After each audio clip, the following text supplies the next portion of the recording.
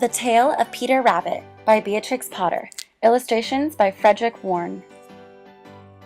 Once upon a time, there were 4 little rabbits, and their names were Flopsy, Mopsy,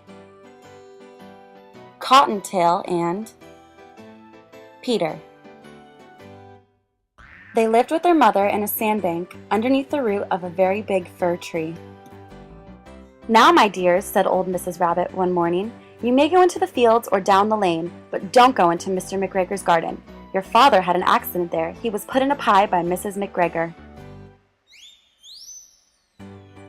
Now run along and don't get into mischief. I am going out."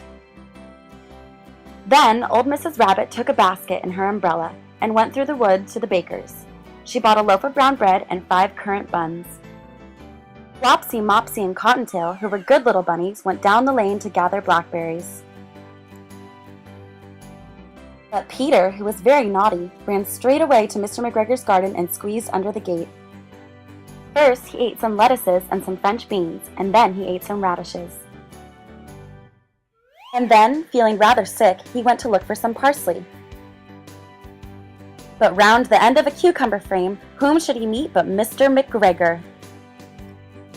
Mr. McGregor was on his hands and knees planting out young cabbages, but he jumped up and ran after Peter, waving a rake and calling, "Stop, thief!" To find out what happens to Peter Rabbit, continue reading The Tale of Peter Rabbit by Beatrix Potter.